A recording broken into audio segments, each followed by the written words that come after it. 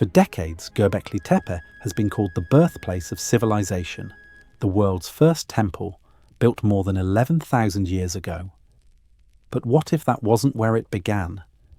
What if hidden beneath another hill only 60 kilometers away lies a site even older? A place that could rewrite everything we thought we knew about human history.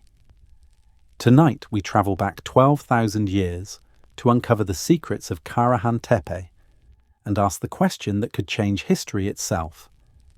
Did civilization begin here, before Göbekli Tepe? Let's find out. In the arid uplands of southeastern Turkey, about 60 kilometers east of the ancient city of Şanlıurfa, a small hill rises quietly from the desert floor. It looks ordinary, a low ridge covered in dust, surrounded by the broken limestone of the Tek Mountains, a place where summer heat shimmers above the rocks and no river runs anymore.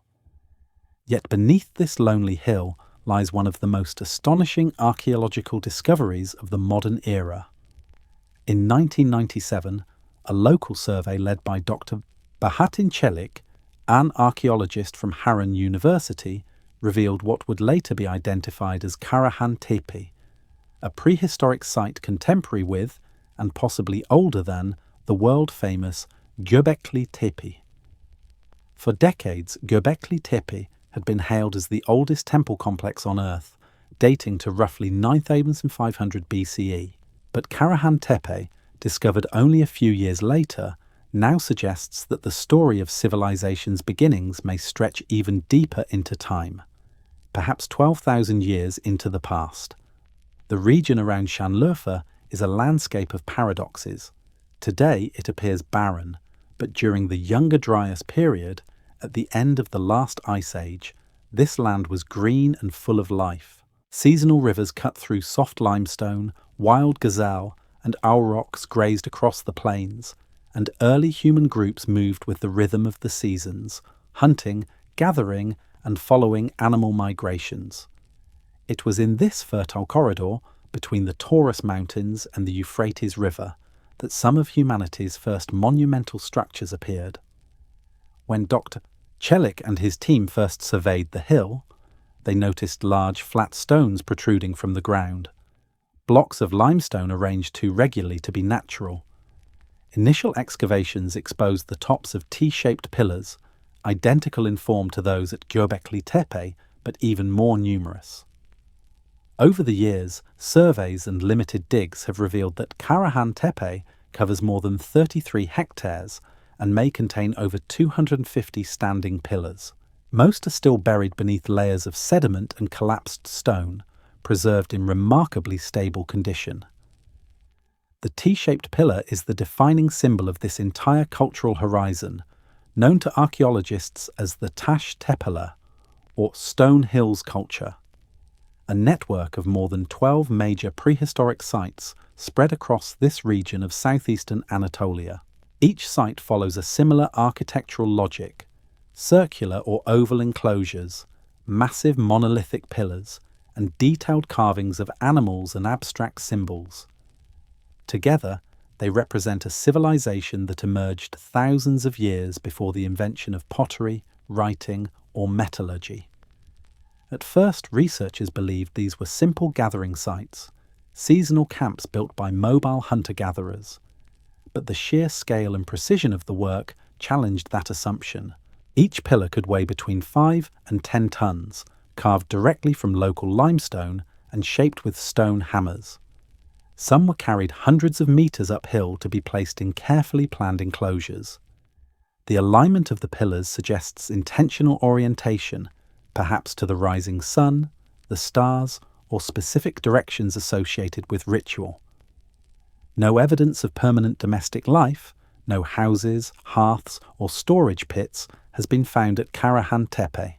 This absence is as revealing as any discovery. It suggests the site was not a village, but a ceremonial centre, built by groups who returned year after year for collective rituals.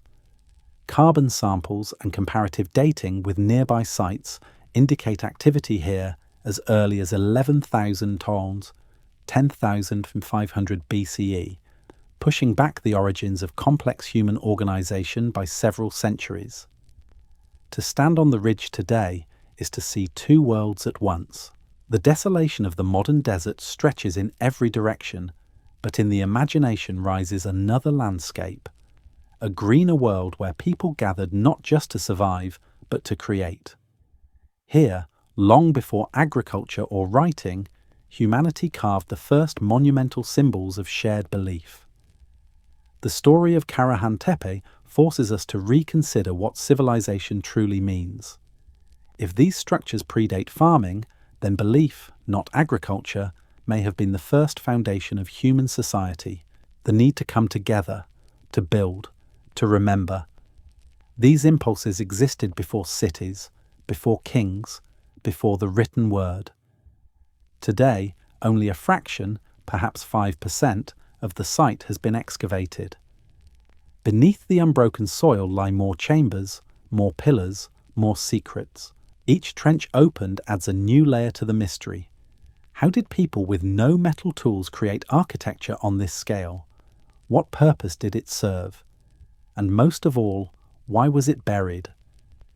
As evening settles over the plateau, the stones of Karahan Tepe begin to glow in the fading light. The shadows lengthen across the sand, just as they must have 12 millennia ago. The archaeologists pack their tools, but the hill remains, silent, patient, holding the memory of the first builders. In the stillness, one question endures. Did civilization begin here, before Göbekli Tepe, before history itself began to speak? As excavation deepens across the Tek Mountains, the stones begin to speak. Each layer of earth removed from Karahan Tepe reveals not chaos, but deliberate design, a level of planning that challenges everything once believed about the earliest humans. The pillars uncovered here are not random fragments of rock.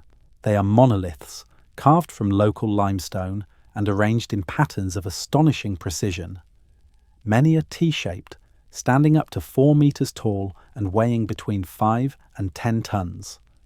Their surfaces are smooth and symmetrical, the edges carefully shaped with primitive hammerstones.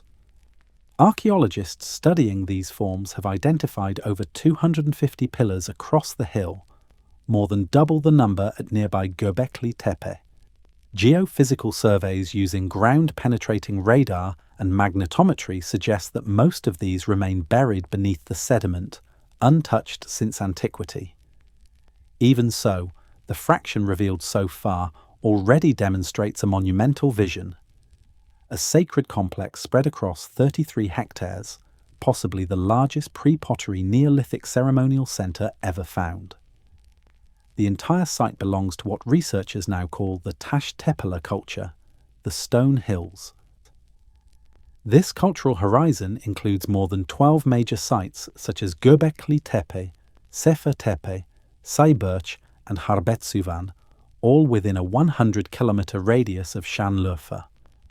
These places share common traits: monumental T-pillars, circular or oval enclosures, and intricate animal carvings. Together they reveal a civilization spanning multiple generations, a network of communities linked by belief rather than borders. Karahan Tepe, however, stands apart. Unlike Göbekli Tepe, which sits atop a hill with commanding views of the horizon, Karahan Tepe is more secluded, surrounded by shallow valleys and eroded limestone terraces.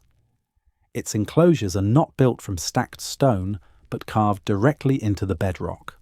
This suggests a deeper level of architectural mastery, not just arranging stones, but reshaping the hill itself. When archaeologists began clearing the first chambers in 2019, they found that each enclosure had been carefully constructed, then intentionally filled with rubble and soil after use. The same ritual burial seen at Göbekli Tepe. The purpose of this act remains debated. Some believe it was symbolic closure, sealing a sacred space after a generation of rituals. Others propose it was a method of preservation, protecting the monuments from erosion and time. Within the excavated areas, detailed carvings emerge from the limestone. Foxes, snakes, birds, and human arms etched along the pillars. Many of these motifs mirror the iconography of Göbekli Tepe, but at Karahan Tepe the imagery appears more varied and experimental, as though the site preserves an earlier stage of artistic evolution. The fox in particular appears repeatedly, leaping across pillar faces, always moving forward. In the local mythic language, it may have represented agility, cunning, or a guide between worlds.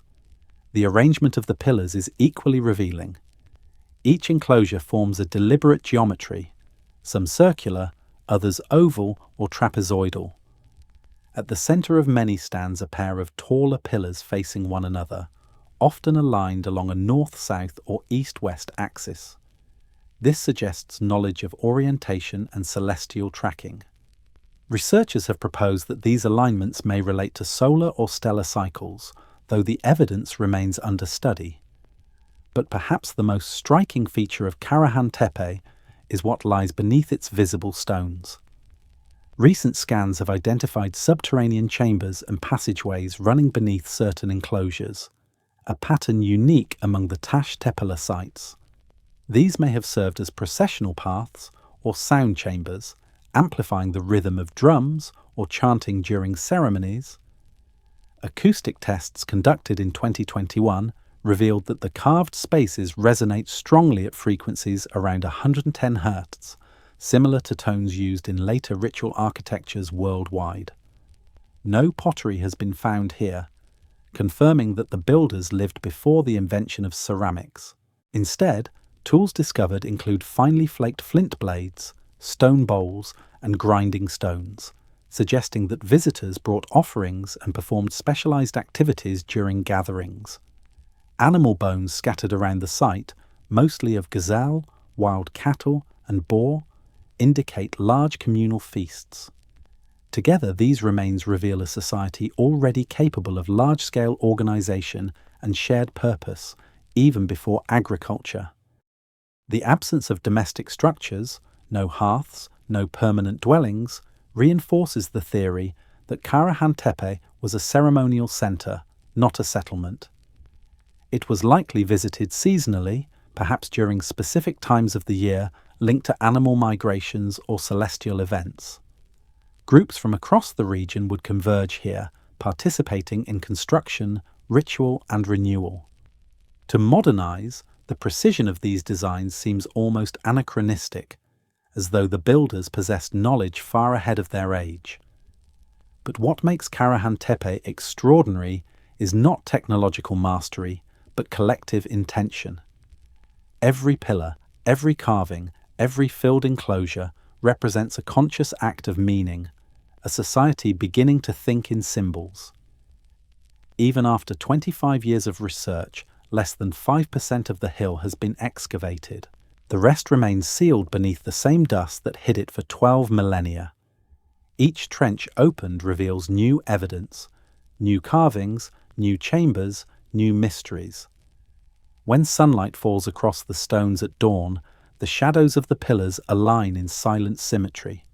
The carvings seem to awaken, their details flickering in the light. It is easy to imagine voices rising here once more, the sound of tools, chants and movement. For in these stones lies more than architecture, there lies intention, the earliest proof that humanity had begun to build not only for survival, but for meaning. Long before the first walls of Mesopotamia rose from mud brick, before the pyramids caught the morning sun, and before the first word was ever carved into clay, there were the builders of Karahan Tepe. They lived in a world half wild, half dream, a landscape between two ages, the dying echoes of the Ice Age and the birth of the Holocene. 12,000 years ago, southeastern Anatolia was not the barren plain we see today.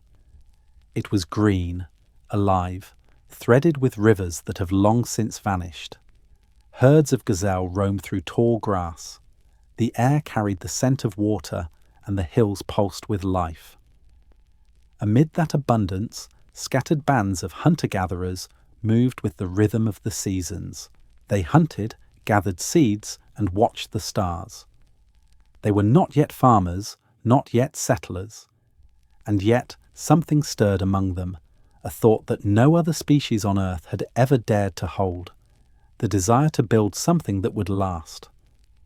When these people arrived at the hill that would one day be called Karahan Tepe, they carried no blueprints, no metal tools, no beasts of burden. What they carried instead was memory and purpose. They understood the landscape not as territory to be conquered, but as something alive, inhabited by spirits, ancestors, and invisible powers. Every stone, every spring, every animal held meaning. Perhaps that is why they chose this place, a rise between valleys, open to the horizon, close enough to the mountains to touch the sky. To them, it may have been a meeting point between worlds, earth, sky, and the unseen. Archaeologists studying the layers of sediment here found no pottery, no homes, no fields, only stone and intent. The people who shaped these pillars were not builders by profession, yet their craft rivals the architects of later millennia. Each pillar was quarried from the surrounding limestone, shaped with stone hammers and flint blades, then lifted upright with nothing but will, coordination, and time. It is difficult to imagine the effort. Each block could weigh between 3 and 10 tons. The largest may have reached 20, and still they were moved, aligned, and arranged in symmetrical circles. No writing tells us how, no myth explains why, but the geometry speaks for itself. Precise, balanced, echoing cosmic order. How do you organize hundreds of people without chiefs, armies, or rulers? How do you carve stone with only stone? And why would anyone do so when survival was already so hard? These are the questions that haunt every excavation. In one trench, researchers found a flint chisel worn to a translucent edge. Its owner had struck stone thousands of times. Near it, a fragment of obsidian glimmered, carried from the volcanic heart of central Anatolia, hundreds of kilometers away. Nearby, shells from the Red Sea. These were not random finds. They were traces of connection, signs that networks of trade, communication, and shared belief already link distant peoples long before recorded history began. When they carved, the builders did not merely shape stone, they shaped identity. Each pillar was both a sculpture and a symbol, a totem of transformation. The act of building was likely a ritual in itself, a coming together of clans, the forging of bonds through labour, song, and ceremony. Perhaps on certain days of the year, the hill came alive with people. Hundreds gathered beneath the rising sun. Drums echoed across the plateau. Fires burned through the night. The scent of roasted game and herbs filled the air. By day they carved. By night they told stories of animals, ancestors, and the sky. In that sense, Karahan Tepe may have been humanity's first communal stage, a sacred theatre where myth, labour, and life became one. But the builders themselves left no trace of hierarchy, no palaces, no thrones, no weapons of conquest. This was not a kingdom, it was a gathering, a collaboration of equals bound by shared vision rather than by force. To the modern world, this seems impossible. Civilization, we are told, begins with control, with kings, laws, and agriculture. And yet here, on a wind-blown hill older than history, the opposite seems true. Order without rulers, creation without conquest. It may have been the first time humanity experienced what it meant to act as one. Perhaps the builders never set out to create a civilization. Perhaps they were simply responding to something deeper, an intuition that the world itself was sacred and that to carve it was to communicate with it. The symbols on the pillars, foxes, serpents, birds, were not decorations, they were messengers. Each animal may have represented a clan, a season, or a spirit. Together they formed a language written in stone. Through them, humans began to organize their thoughts about nature, about death, about meaning. And from those thoughts, civilization was already taking root, not in soil, but in consciousness. Imagine the last day of a season. The workers set down their tools. The sun lowers behind the hills, painting the limestone in crimson light. The carvings glow faintly in the dusk. No one yet calls this a temple, but every soul standing there feels the same quiet awe, the awareness of something larger than themselves. That moment is the true beginning of civilization, the moment when survival gave way to wonder. The builders of Karahan Tepe have long since vanished. Their names, their languages, their faces, all erased by time. But their intention endures, sealed within the stone. Each pillar remains where they placed it, aligned to the stars they once watched, holding the silence of an age before words. They were the first to dream in architecture. And their dream, though half buried, still breathes beneath the desert wind, reminding us that long before history began, humanity was already building stories in stone. As archaeologists cleared the dust from the limestone slopes of Karahan Tepe, the true scale of the site began to emerge. Beneath centuries of sand and erosion lay a network of carved spaces, rooms without roofs, walls rising from bedrock, and pillars standing in silent formation. They are known simply as enclosures, though that word can hardly capture their complexity. Each enclosure is a chamber of stone, circular or oval, cut directly into the hill itself. Some are only a few meters wide, others stretch to nearly 20. At first glance they appear simple, a ring of T-shaped pillars surrounding an open floor, but closer study reveals a sophistication that suggests design, not accident. The walls curve inward with precise symmetry, the pillars are evenly spaced and aligned, and most astonishingly, the entire structure seems to have been carved from the living rock, not assembled from separate blocks. The result is a kind of megalithic architecture fused to the landscape, a temple carved into the bones of the earth. Among these chambers, several have become central to our understanding of Karahan Tepe's purpose. The first is Enclosure AB, unearthed in 2021. It is small and steep, dug into the hillside, its interior lined with more than 10 vertical pillars packed tightly together. At the far end, a sculpted human head gazes down upon the space. To many, the chamber's shape and imagery suggest fertility or regeneration, a symbolic connection between life, death, and the earth itself. Turkish archaeologists have nicknamed it the Pillar Room, or the Fertility Chamber. Just beside it lies Enclosure AA, a larger space with bench-like ledges carved along the walls and a deep central pit. These benches could have served as seating for participants or witnesses during ceremonies, while the pit may have held offerings, fire, or even water used for purification. It's one of the first examples of public architecture in human history, a place designed for people to gather and watch something unfold. Further upslope is Enclosure AD, perhaps the most monumental of all. Here, tall T-pillars surround a broad central area, with two massive pillars standing opposite each other at the centre. Their surfaces bear carved reliefs of human arms folded across the torso, identical in style to those at Göbekli Tepe. Each appears to personify the pillar itself, not as a mere object, but as a stylized human figure. These twin pillars may represent the male and female principles, or perhaps ancestors, or mythic beings whose presence was invoked through ritual. Connecting several of these chambers are narrow channels cut into the bedrock, forming shallow grooves that seem to carry liquid from one space to another. Researchers have debated their function. Some propose they were used to drain water from the site. Others believe they carried libations, liquids poured as offerings during ceremonies. In either case, their existence implies a coordinated plan, linking the enclosures into a single, interconnected system.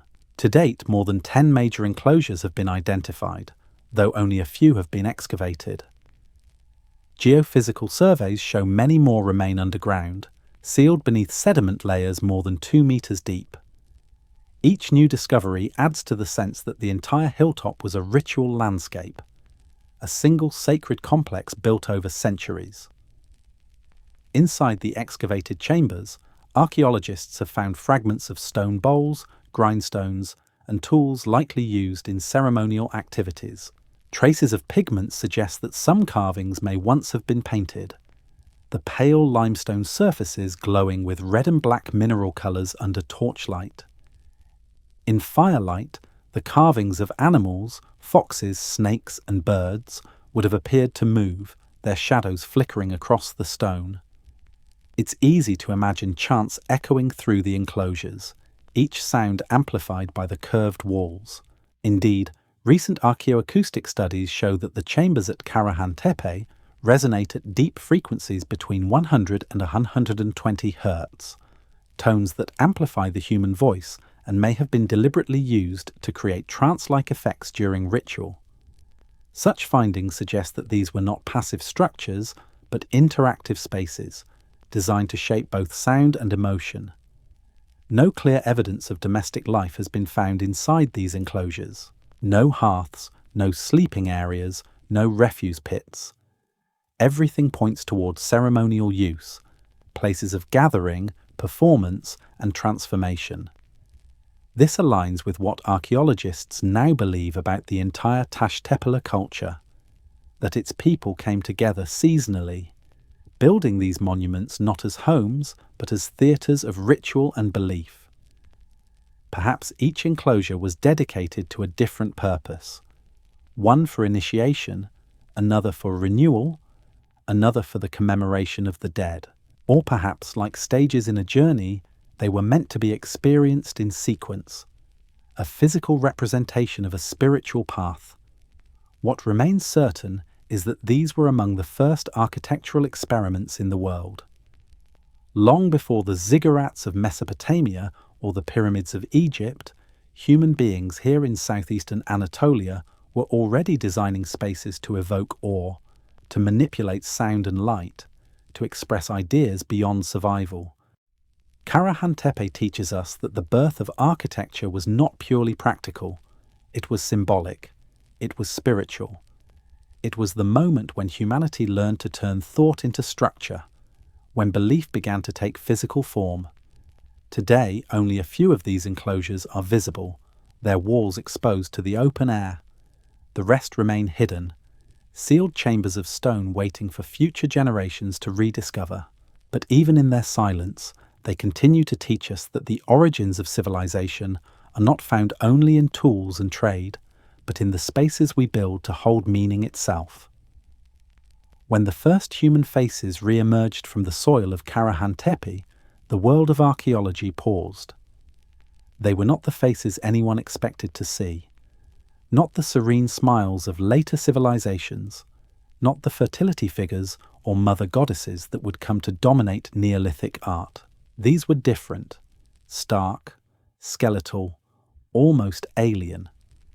Carved in limestone more than 11,000 years ago, the statues of Karahan Tepe are among the oldest known human representations in the world.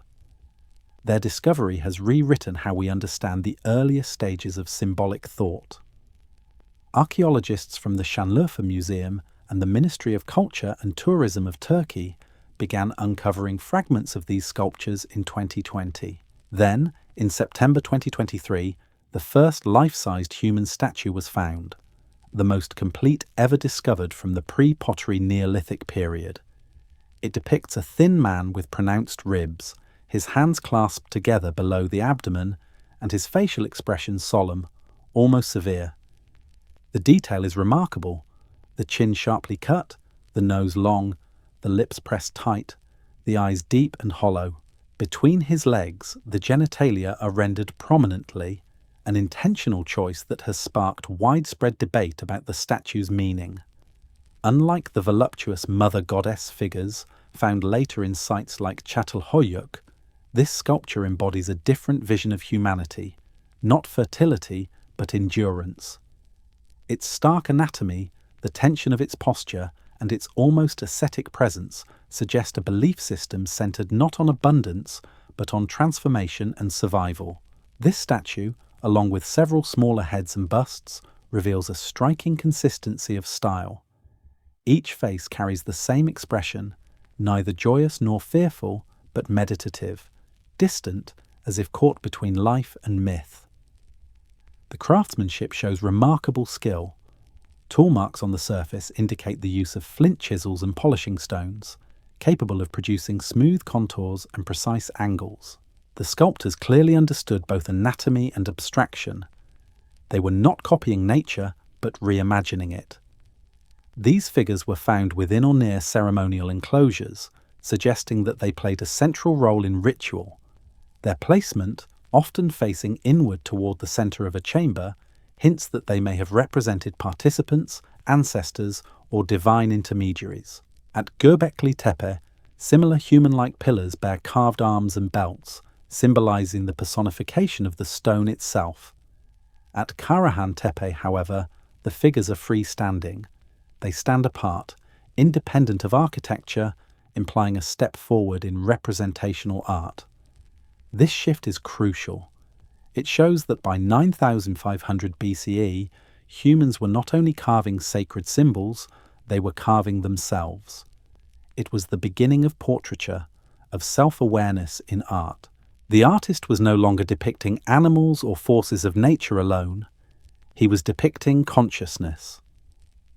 Researchers have proposed that these sculptures mark a pivotal stage in human cognition. Anthropologists refer to it as the birth of symbolic identity, the moment humans began to see themselves as separate entities capable of representing their own existence. In carving the human form, they were also carving the idea of the individual. The stylistic traits of Karahan Tepe, elongated faces, rigid posture, hands folded, exposed ribs, have parallels across the broader Taş Tepeler network. Smaller versions of similar figures have been found at Sefer Tepe and Harbetsuvan, hinting at a shared iconography. Some scholars suggest these may represent ancestors or shamans who underwent ritual transformation, connecting the living with the spirit world. Equally intriguing are the hybrid forms, human heads merged with animal traits, foxes, leopards, and birds. These carvings blur the line between species, reflecting the spiritual worldview of early Anatolian hunter-gatherers. They saw no divide between humanity and nature. Both were part of a single living system. To merge with an animal was to claim its essence, a symbolic act of communion, not conquest. Traces of red pigment discovered on several fragments suggest that these figures were once painted, their eyes and lips possibly highlighted to enhance their presence during ritual. Imagine 12 millennia ago, a torchlit enclosure filled with glowing red statues, shadows dancing across their surfaces, their hollow eyes reflecting the flames. In that flickering light, the difference between stone and living flesh must have blurred completely. The art of Karahan Tepe stands as one of humanity's earliest steps into abstraction and meaning. These are not simple idols or decorations, they are statements. They tell us that the builders of Karahan Tepe were no longer thinking only of the physical world. They were imagining themselves as part of a continuum, life, death, rebirth, and memory intertwined. In that sense, these faces are not ancient relics. They are mirrors. When we look at them, we see the moment when humanity first recognized itself, fragile, aware, and filled with questions that would shape all future civilizations. Even now, the soil around Karahan Tepe continues to yield fragments of these early human forms. Each discovery adds to the growing portrait of a people who dared to look inward before they looked outward. And as archaeologists carefully brush the dust from the next buried face, they are not just uncovering art, they are revealing the first expression of what it meant to be human. Long before cities rose from stone, before words bound thought into memory, and before time was measured by kings, humans dreamed of becoming something more. In the world of Karahan Tepe, that dream took shape in stone. Figures neither man nor beast stare from the walls. Bodies of hunters crowned with the faces of predators, eyes that see both the human and the wild. It is as though the people who carved them sought to dissolve the boundary between species, between flesh and spirit, between earth and sky. They were not worshipping animals, they were becoming them. Across the ancient world, echoes of this idea ripple through time. 12, 15, even 40,000 years ago, artists painted on the walls of caves in France, Spain, and Siberia, Altamira, Lascaux, Les Trois Frères. Their torchlight flickered against rock as they traced the forms of bison, deer, lions, and horses in ochre and charcoal. Among those paintings, one stands apart, deep within the cave of Les Trois Frères, a figure known as the Sorcerer, a hybrid creature, part man, part stag, part spirit. He dances on the rock wall, cloaked in animal skin, hands raised as if in invocation. Tens of thousands of years later, the same vision reappears in stone at Karahan Tepe. The same merging of forms, the same instinct to express the inexpressible. It is not imitation, but remembrance. The artists of the stone hills were descendants of those Ice Age dreamers, carrying the same impulse in their blood. Far to the north, in the caves of Germany, another being was born from ivory, the Lion Man of Hohenstein-Stadel.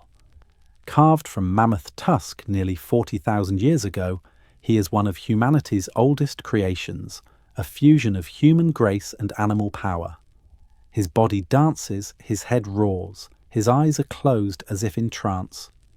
Archaeologists believe this figure marked the dawn of abstract thought, the moment humans learned not just to depict the world, but to transform it, to imagine something that had never existed before, a lion that was a man that was a god. Karahan Tepe stands as the distant heir to that revelation. Here the sculptors did not paint on walls, but carved the dream directly into the earth. The fusion of human and animal, repeated in pillar after pillar, tells us something profound. That early humans did not see themselves as rulers of nature, but as participants in its eternal cycle. In their eyes, the hunter and the hunted were one. The act of taking life was balanced by reverence for it, and the boundary between human and animal was not a line, but a doorway. The anthropologist David Lewis Williams once suggested that these hybrid forms were born of shamanic visions, journeys into altered states where consciousness crosses into the spirit world. Under the influence of trance, drumming, or sacred plants, shamans would perceive themselves dissolving into animal forms, flying with birds, swimming with fish, running with wolves. They did not imagine these experiences, they became them. When the builders of Karahan Tepe carved their half-human figures, perhaps they were recording these transformations. Each sculpture could represent a journey, a moment of union between the material and the divine. At the heart of these visions lay a single truth. The gods were not separate from humanity. They were within humanity, revealed through the merging of man and beast. If the paintings of Lascaux were the world's first prayers, then the enclosures of Karahan Tepe were their first temples. Not places to beg for favour, but stages where transformation was enacted, where ritual turned belief into architecture. Some archaeologists have noted that the acoustics of the carved chambers amplify low frequencies, allowing chants or drumming to reverberate until the air itself seems to pulse. Imagine standing in darkness, surrounded by pillars glowing red from torchlight, the sound of drums rolling through the stone. The voices rise, the carvings seem to move, shadows stretch and twist. The shaman steps forward, his body painted, his mask carved from bone, his breath slow and rhythmic. The boundary between man and leopard dissolves, and for a brief moment, the human mind transcends the human world. It is no wonder that from such places, religion and art would one day emerge. Every myth humanity has ever told, from the Egyptian lion-headed gods to the winged guardians of Mesopotamia, from the Minotaur of Greece to the feathered serpents of Mesoamerica, may trace its lineage back to these first experiments in transformation.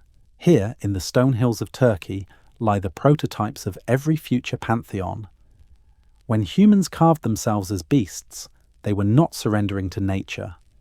They were proclaiming unity with it, declaring that they too belong to the eternal dance of life and death, predator and prey, sun and shadow. That understanding would fade as centuries turned to millennia. Farming would replace hunting. Villages would become cities. The gods would move higher into the heavens, further from the hearts of men. But before all that, here in these sun-baked stones, there was no separation. Karahan Tepe was the memory of that oneness. When we stand among its pillars today, we stand at the crossroads of the human journey, between the instinct that made us and the imagination that defined us. The same impulse still lives in us. In every story we tell, every mask we wear, every myth we create. The people of Karahan Tepe knew that to understand the world, one must first become it. And in doing so, they stepped across the threshold from humanity as an animal to humanity as a creator. The moment when humans became gods and beasts was not a fall from innocence, it was the beginning of consciousness. When the wind sweeps through the hollows of Karahan Tepe, it hums. A deep, steady resonance rises between the pillars, soft but unmistakable, like a voice carried from another world. Perhaps it is coincidence, or perhaps even after 12,000 years, the stones still remember the sound of ceremony. For many who have studied these ruins, the evidence points towards something profound, something beyond architecture, beyond art. Karahan Tepe was not just a construction, it was a gateway. Within its sunken chambers and echoing halls, the first shamans may have stepped between realities, crossing the thin boundary between the living and the dead, the seen and the unseen. In those days, there were no temples, no organized faith, no written prayers. There were only experiences, states of being where the human mind reached into mystery and returned changed. It is here, perhaps, that the very idea of the sacred was born.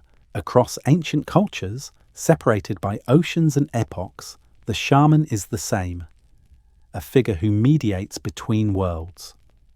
From the icy tundras of Siberia to the jungles of the Amazon, from the deserts of Australia to the plains of Africa, the pattern repeats. A chosen individual enters trance, guided by rhythm, breath, and song to meet spirits, ancestors, or gods. At Karahan Tepe, the architecture itself seems designed for that transformation. The chambers are carved like vessels, their curved walls magnifying sound, their entrances narrow and steep, forcing descent as if into the earth's womb. Firelight flickers along polished limestone, shadows stretching like living forms. The air cools, dense and still, and in that dimness, when the drums begin to pulse and voices rise in unison, something shifts inside the human mind. Sound becomes heartbeat. Heartbeat becomes vision. Vision becomes world. It is said that the earlier shamans used simple instruments, rattles, bull roarers, clappers, and skin drums, all of which can still be found in nearby archaeological layers. Their purpose was not entertainment, but travel, to guide the consciousness beyond the boundaries of flesh. Through rhythm and breath, the mind begins to dissolve, and the self opens like a door. Perhaps those narrow grooves that link one enclosure to another were not channels for water or blood, but for sound. Conduits of vibration connecting the entire complex into one resonant system. If so, Karahan Tepe was a living instrument, a temple that sang. Imagine the ritual. Hundreds gather around the hill, their torches flickering like stars. At the heart of the complex, the shaman stands, his body painted in ochre and ash, adorned with feathers and the bones of the hunt. Around him the people chant. The sound grows, a low drone, steady as breath. The pillars catch it, amplify it, return it. The earth itself begins to hum. The shaman begins to move, slow and deliberate, circling the pit. His steps match the drumbeat, his voice trembles in rhythm with the crowd. And then, in the stillness between heartbeats, the transformation begins. He raises his arms toward the sky. The human disappears, and something older takes his place. A fox, a leopard, a bird, a storm. To those who watch, it is not illusion, it is revelation. The man has crossed the threshold, his body a vessel for forces older than language. In that moment, all who stand around him share the journey. They are no longer hunters or clansmen, they are witnesses to the merging of worlds. This was not religion as we know it, with doctrine and hierarchy. It was communion, direct, immediate, unmediated by text, an encounter between the human and the eternal. Such ceremonies may have shaped the carvings themselves. The scenes on the pillars, foxes, serpents, vultures, scorpions, are not random decorations. They may represent spirit allies, animals who guided the shaman through the realms beyond. Each creature carries symbolic power: the fox, cunning and swift; the snake, renewal and death; the vulture, messenger between sky and corpse. To carve them was to invoke them, to keep their presence near. Perhaps each enclosure belonged to a different lineage of shamans, each guided by a different spirit. One favoured the serpent, another the bird. Each carved its totem into stone, ensuring that its energy remained bound to the hill forever. Over centuries, these practices grew in complexity. The shaman became the storyteller became the keeper of memory, and memory became the foundation of myth. In time, those myths hardened into gods, the first pantheons born from the trance states of forgotten ancestors. From Karahan Tepe to Göbekli Tepe, from the highlands of Anatolia to the plains of Mesopotamia, the pattern spreads. Human-animal hybrids, cosmic visions, celestial alignments. The architecture of spirit becomes the architecture of civilization.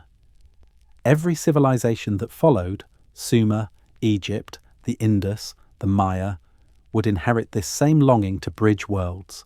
They would build their own gateways, ziggurats, pyramids, and temples. But all of them echo the first blueprint carved here, in silence, on a lonely hill. As night falls over Karahan Tepe, the stars emerge, the same constellations that once watched over the shamans. Orion, Lyra, and the Great Rift shimmer above the horizon. The wind moves softly through the chambers, striking the pillars with low, hollow notes. It almost sounds like breath, like something exhaling from the deep.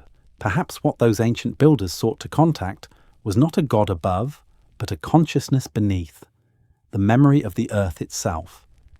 And perhaps the echoes that still drift through these ruins are not just wind, but the last fading tones of the first ceremony, the hum of the world remembering how to dream. Every step forward in human consciousness has carried a cost. For the people who built Karahan Tepe, that cost may have been paid not only in labour, but in blood. The same region that gave rise to the world's first monumental architecture also hides signs of ritual violence. At Sayonu Tepesi, about 200 kilometres northeast of Karahan Tepe, archaeologists uncovered a structure that still troubles modern researchers. They called it the Skull Building. Excavated in the 1960s and 1970s by a team led by Robert and Linda Braidwood, this small rectangular room was found littered with human remains.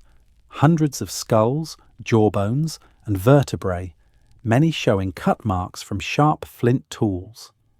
Some skulls were arranged together, others stacked in layers, as if placed there deliberately over time. Traces of human blood were detected on the stone slabs that lined the floor. Carbon dating places the structure around 8000 BCE, within the same cultural continuum as Göbekli Tepe and Karahan Tepe, the late pre-pottery Neolithic B period. To many researchers, this site provides a chilling glimpse into the darker side of early ritual.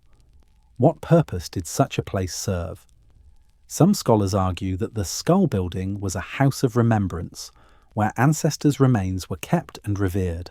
Others see it as evidence of sacrifice, a grim offering intended to renew life or appease unseen forces. In either case, it reveals that the awakening of symbolic thought also brought with it a new understanding of mortality and a new way to control it. The builders of Karahan Tepe lived in a time when the boundaries between life and death, ritual and survival, were still fluid. To them, death was not an ending, but a passage, a transformation to be guided, managed, or even invoked. By offering life, they may have believed they could maintain balance between worlds. Archaeologists studying the animal bones around Karahan Tepe have found clear signs of large-scale feasting: gazelle, aurochs, wild boar, all slaughtered, cooked and consumed in vast communal gatherings. But alongside those feasts are occasional traces of human remains, isolated skull fragments, scattered bones, found in contexts that suggest deliberate placement rather than accident. None show direct evidence of mass killing, but they raise the possibility that rituals involving death, whether symbolic or literal, may have taken place here too. To understand this, we must look beyond the physical evidence to the psychology of the time. When humans first conceived of the sacred, they also began to fear its withdrawal. The same power that gave life could take it away, and so early rituals often sought to sustain cosmic order by mirroring the cycles of the natural world: creation and destruction, death and rebirth. Across many prehistoric cultures, the shedding of blood, human or animal, was seen as a way to release vitality back to the earth. The soil that nourished crops, the rain that fed rivers, the life that returned after winter, all were thought to require renewal through offering. In the minds of those first builders, the act of sacrifice may not have been cruelty, but reciprocity. Over time, these practices evolved. At later Neolithic sites, archaeologists find skulls carefully plastered and painted, faces recreated over bone, placed in homes or shrines. This skull cult appears across the Levant and Anatolia, from Jericho to Tel Aswad to Nevali Chori, linking a vast network of belief that treated the human head as a vessel of spirit. Karahan Tepe fits squarely within this tradition, marking one of the earliest known stages in the human obsession with preserving identity beyond death. But this transformation had consequences. As spiritual specialists, shamans, elders, and ritual leaders gained authority over life and death, social hierarchies began to emerge. The same cooperation that built temples could also create systems of control. Religion, once a shared experience, became an instrument of structure. It was here, perhaps, that the dual nature of civilization first appeared: the capacity for collective creation and the temptation to control through fear. Archaeologists are cautious not to project modern morality onto ancient rituals. To the people of Karahan Tepe, these ceremonies may have been acts of devotion, not violence, attempts to bridge the gap between the human and the eternal. Yet the evidence reminds us that enlightenment and darkness have always walked hand in hand. The same mind that carved beauty from stone could justify death as sacred. The same people who gathered to build monuments of unity could also bury their own creations, perhaps to end a cycle, perhaps to hide what should not be seen. When the last of the enclosures at Karahan Tepe was filled with rubble and sealed, it may have marked more than the close of a ritual. It may have symbolized the end of an age, a moment when humanity, having glimpsed the power of the sacred, also learned to fear it. Standing among these ruins today, the air still feels heavy, as though the hill itself remembers what was offered here. And we are left to wonder, was the dawn of civilization a triumph of the human spirit or the beginning of its burden? The truth perhaps is both. For every light that rises in human history casts a shadow, and Karahan Tepe stands at that threshold, between revelation and sacrifice, between awakening and the price it demands. There are moments in history that cannot be measured by tools or carbon dates, only by awareness. Moments when the human mind changes its shape, as if the world itself begins to think through us. For the people of Karahan Tepe, that change had already begun. They lived before cities, before agriculture, before the long chain of dynasties that would later define humanity. And yet, within their hands and their symbols, something entirely new was unfolding. A revolution not of soil, but of spirit. French archaeologist Jacques Cauvin once called it the revolution of symbols, a transformation that occurred not in technology, but in consciousness. He proposed that the first true civilization began not with the plough or the wheel, but with an idea, that the world had meaning beyond survival. At some unknown point, humanity stopped merely reacting to the environment and began interpreting it. The seasons were no longer just cycles of warmth and cold. They became metaphors. The hunt was no longer just sustenance, it became ceremony. The stone was no longer just a tool. It became an image, a language, a story. This was the dawn of imagination, and imagination is the seed of civilization. At Karahan Tepe, the pillars themselves speak that language. They are more than architecture, they are ideas carved in 3 dimensions. Each animal, each curve, each symbol represents a concept, a belief, a fragment of a worldview in which everything is connected. The builders were no longer content to simply live in the world. They wanted to describe it, to mirror it, to reshape it. They began to see themselves as creators, capable of building not only shelters but experiences. Spaces designed to evoke emotion, wonder, transcendence. For the first time, humans were expressing abstract thought through form. They were composing not with pigment or word, but with the very earth itself. That realization changed everything. In the centuries that followed, this revolution in the mind would ripple outward across the Fertile Crescent. The people who once built Karahan Tepe and Göbekli Tepe would gradually begin to plant seeds, to store grain, to domesticate animals. Not because they were forced by hunger or climate, but because their view of the world had changed. To plant a seed is an act of faith. To wait for harvest is to believe in time.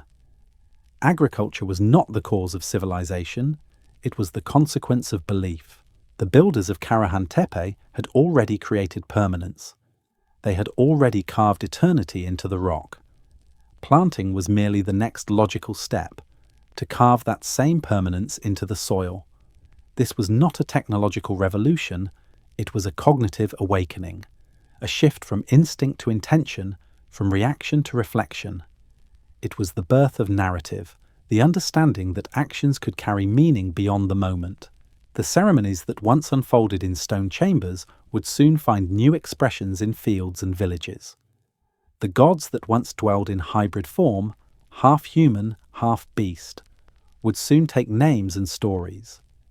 And with those stories came the first sense of continuity, the first memory of humanity as something larger than one life, one tribe, one breath. But every awakening carries weight. To imagine is to remember, and to remember is to fear forgetting. The same consciousness that could create art could also create anxiety. The awareness of death, of loss, of time itself slipping away. Perhaps that is why the builders of Karahan Tepe carved so much into stone, because they sensed that memory alone was fragile. They wanted permanence. They wanted to hold a mirror to the infinite. They succeeded. For even now, millennia later, their symbols still speak, the same language of mystery and meaning. In those days, the mind of humanity was like a horizon expanding with each sunrise. Ideas spread through song, through gesture, through the silent grammar of art. And somewhere in that widening awareness, civilization began, not as a city, but as a way of seeing. From this revolution of the mind, everything that followed, writing, law, music, myth, science, would be born. And yet, the essence of it remains the same, a longing to make sense of what cannot be seen. That longing still drives us today. We build towers and satellites, carve data into silicon instead of stone, yet the impulse is unchanged. We are still the people of Karahan Tepe, still searching for order in chaos, still trying to write eternity into the face of the earth. As twilight descends on the plateau, the light fades from the stones. The carvings that once glowed like fire sink into shadow, their meanings half lost, half remembered. But something lingers, an intelligence older than history, still murmuring through the wind. Perhaps the true revolution was not that we began to think, but that we began to imagine meaning, and in that imagination, civilization was born. Long before the rise of kings and empires, before the first walls were raised in Sumer or Egypt, humanity's greatest act of unity happened here, on this hill. Karahan Tepe was not the work of one tribe or one generation, it was the convergence of many. Clans who once roamed the plains and mountains of Anatolia, drawn together by something far greater than survival. Archaeologists studying the layers of soil around the site have found clues scattered like whispers of migration.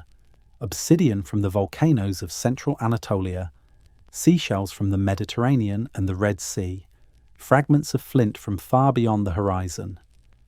These were not local gifts.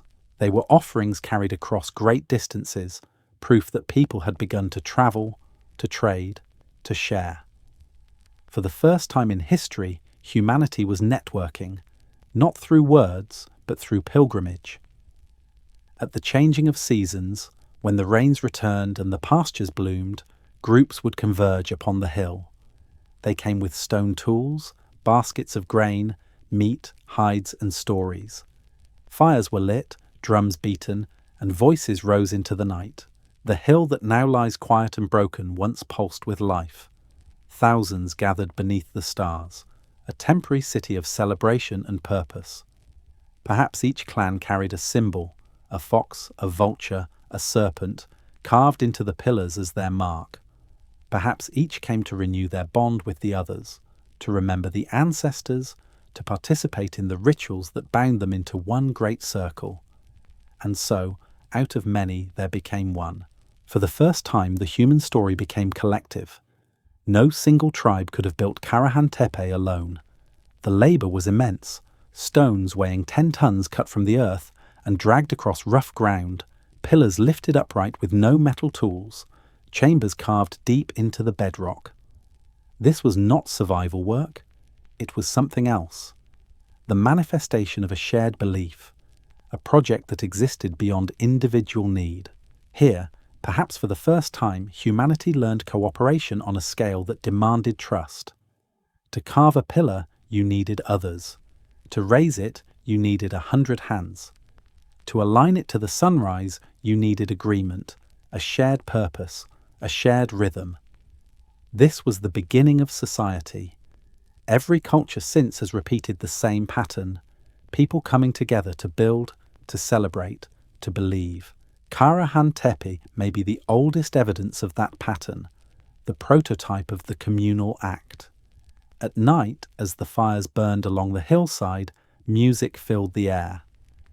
Stone drums, carved flutes, the rhythmic beating of hands against skin stretched over wooden frames, sounds that pulsed through the chambers and echoed back into the valley. From a distance, it must have looked like the earth itself was glowing.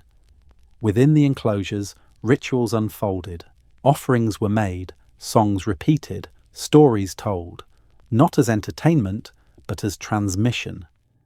Knowledge passed not through writing, but through rhythm, through breath, through shared memory. Each performance was a renewal, a reminder that they were part of something continuous. In this way, the ceremonies of Karahan Tepe may have been the earliest form of governance, not through rule or law, but through ritual agreement. Faith itself was the first social contract, and as with any great gathering, there must have been wonder. The sight of strangers arriving from far-off lands, bringing languages unknown, gifts unseen.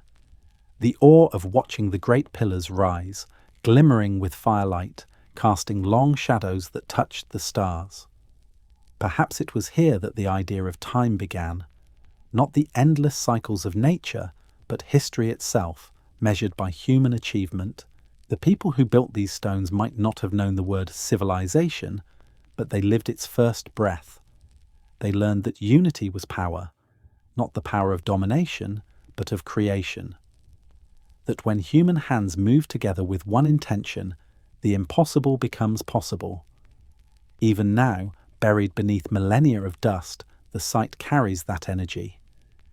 Every trench reveals the mark of collaboration, the fingerprints of hundreds of individuals shaping one vision, and perhaps this is the greatest legacy of Karahan Tepe, that humanity's first civilization was not born from conquest, but from cooperation.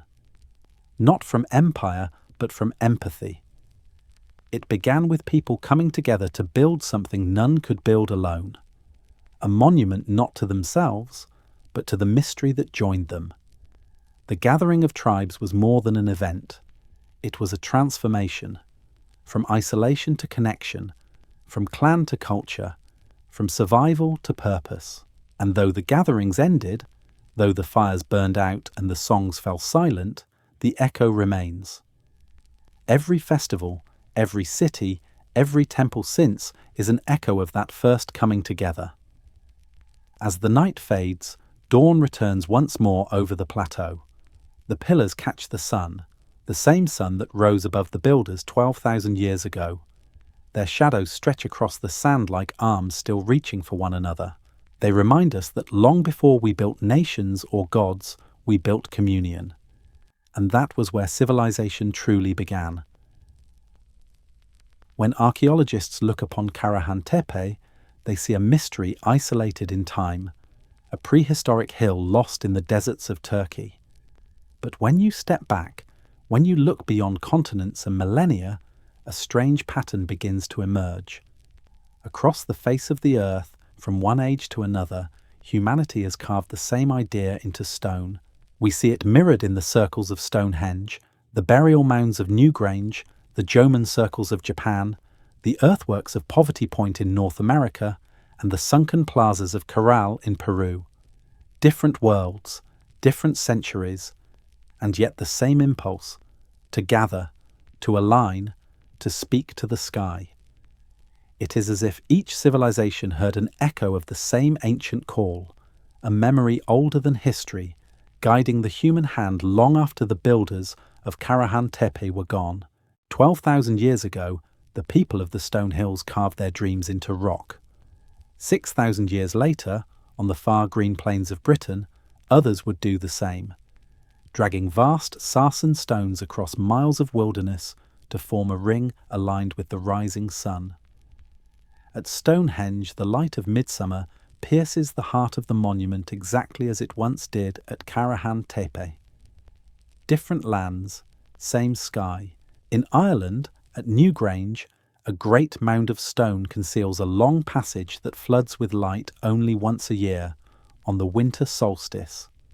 For a few minutes, sunlight reaches the inner chamber, igniting carvings of spirals and suns etched into the rock. 12,000 years after Karahan Tepe, humans were still chasing light through darkness, still reenacting the moment of creation. Half a world away, the Jomon culture of ancient Japan, hunter-gatherers who flourished for more than 10,000 years, built stone circles of their own. They placed them high on mountains, overlooking lakes and sky, arranged to track the sun and stars. No kings, no writing, no war. Just the same devotion to pattern, to rhythm, to the eternal cycles of the world. In North America, along the floodplains of Louisiana, the ancestors of the Mississippian mound builders shaped monumental earthworks in concentric rings. At Watson Break and Poverty Point, the layout forms vast amphitheatres of soil and clay, places of gathering, ceremony, and exchange. They too had no cities, no temples, yet they built geometry into the land itself. And far to the south, in the coastal valleys of Peru, the Norte Chico culture raised Corral, a city of temples, plazas, and sunken circular courts older than the pyramids of Egypt. Here, music was made with flutes carved from pelican bones, and people gathered not for war, but for ritual. When archaeologists uncovered it, they found evidence of feasting, song, and unity, the same spirit that once animated the gatherings at Karahan Tepe. What connects these distant worlds? How did so many separate peoples, across oceans and eras, awaken to the same pattern? Some believe it is coincidence, that similar needs produce similar solutions. Others sense something deeper, a shared inheritance, a whisper that travelled through generations, carried not by blood, but by memory. Perhaps the knowledge was never lost. Perhaps it was encoded in the very architecture of the human mind, a blueprint that resurfaces whenever people look at the sky and ask the oldest question, why are we here? These monuments, whether in Turkey, England, Japan, or Peru, are not just stones, they are reflections. Each one a mirror of the same awakening, the moment when humans decided to write their existence into the bones of the earth. We like to believe that civilization began once, in one place, but the evidence suggests otherwise. It began everywhere, again and again, wherever consciousness reached upward, wherever people gathered to turn imagination into form. Karahan Tepe may have been the first spark, but the flame leapt from mind to mind, from world to world, until it circled the planet. Each new culture, without knowing the others, revived the same sacred act, gathering under open sky, aligning stone to light, uniting heaven and earth through design. Perhaps it is no accident that these places feel similar. They are built from the same geometry, circles, spirals, and alignments that trace the paths of stars. They are oriented not toward power, but toward balance, between sun and shadow, death and renewal, the human and the divine. We have always been drawn to circles. They have no beginning, no end. They mirror the horizon, the eye, the moon, the seasons, the breath. At their center lies stillness, the place where meaning gathers. Karahan Tepe was one such circle, carved before the word circle existed. Stonehenge, Newgrange, Caral, all echoes of that same design, all born from the same revelation, that the universe is not chaos but pattern, and that by building in its image, we become part of it. When you stand in these places today, whether on the misted plains of Salisbury or the arid plateau of Anatolia, you feel the same quiet pulse. It is not the past speaking, but continuity. The same hands, the same hearts, the same wonder, reborn across ages and continents. Perhaps that is the truest legacy of Karahan Tepe. Not just that it was first, but that it never truly ended. Its spirit migrated, transformed, and resurfaced wherever humans gathered to dream in stone. The mirrors of the world still stand, fragments of a forgotten map that stretches across time. Each monument reflects another, and all of them reflect us. The builders may be gone, but their pattern endures. In every circle we draw, in every story we tell, in every song that reaches upward, the same geometry lives on. Civilization, it seems, was not a single birth, but a memory returning. The sun sets slowly over the limestone ridges of southeastern Turkey. The air cools, the light softens, and the shadows of the pillars stretch across the desert floor. Here, on a silent hill called Karahan Tepe, the first chapters of civilization were written, not with ink, but with stone. More than 12,000 years have passed since the people of the Taş Tepeler culture walked this land. Yet the traces of their world remain clear. The pillars, the carvings, the buried enclosures, all fragments of a language older than history itself. Archaeologists have now excavated only a small fraction of the site, perhaps 5%, but what has been revealed already rewrites the story of humanity's beginnings.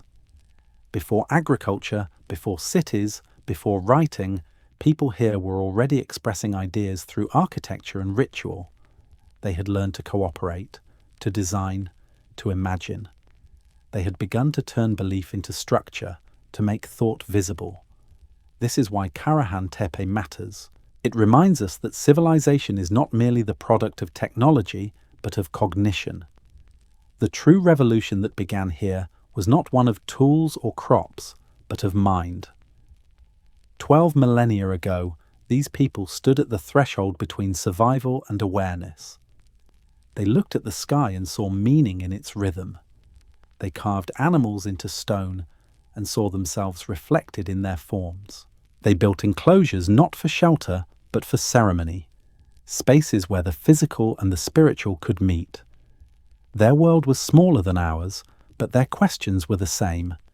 Where do we come from? Why are we here? What lies beyond life? To seek those answers, they built. The stones of Karahan Tepe show that humanity's first architecture was not practical. It was philosophical. Each pillar, each carving, each buried chamber was a thought made permanent. Through them, early humans began to organize not only their surroundings, but their consciousness. The discoveries at Karahan Tepe also challenged long-held assumptions about progress. For generations, scholars believed that civilization was born from agriculture, that stability of food led to surplus, surplus led to hierarchy, and hierarchy led to culture. But the evidence here reverses that logic. Before the plough, there were temples. Before the field, there was faith. It was the human imagination, the desire to create and to remember, that first bound people together. From that imagination came everything else. The social bonds formed on these hills became the foundation of settlements. The ceremonies became calendars. The symbols became language. The act of shaping the world became civilization itself. Karahan Tepe also teaches a deeper lesson, that the essence of civilization is not confined to its monuments. It lives in cooperation, in shared memory, in the collective impulse to seek meaning beyond survival. Long before cities rose, long before empires claimed dominion, the first builders of humanity were already united by a different kind of empire, the empire of mind. When archaeologists walk among these stones today, they see only fragments, but those fragments tell a complete story, one of creativity, spirituality, and transformation. The people who built this place were not primitive. They were innovators in thought, scientists of meaning, architects of the invisible. Perhaps they did not intend to begin civilization. Perhaps they only sought to speak to the universe, to leave a mark that time could not erase. And in doing so, they succeeded. Each pillar still stands as a witness to their awakening. Each carving still carries their language, even if we can no longer translate it. And the hill itself still breathes, the wind moving through its hollows like the echo of a forgotten prayer. We will never know the names of the builders of Karahan Tepe. We will never know their songs, their words, or the exact beliefs that shape their world. But we know this: they dreamed of something larger than themselves. And in that dream, civilization began. As dusk deepens over the plateau, the stars appear. The same constellations that once guided those early builders. The light from those stars has travelled 12,000 years to reach us, just as their message has travelled through time. It tells us that history did not begin suddenly, with cities or kings. It began quietly, with people standing together on a hill, carving their faith into stone and discovering what it meant to be human. Before Göbekli Tepe, before writing, before recorded time, there was Karahan Tepe, a place where thought first took shape, where belief became architecture, and where humanity opened its eyes to the dawn before history. If the story of Karahan Tepe has changed the way you see our origins, imagine how many other stories still sleep beneath the sands of time. Where will the next discovery lead us? How much of our past is still waiting to be remembered? Join us as we keep uncovering the forgotten beginnings of our world. Like, share, and subscribe, and be part of the search for the civilizations that came before history began.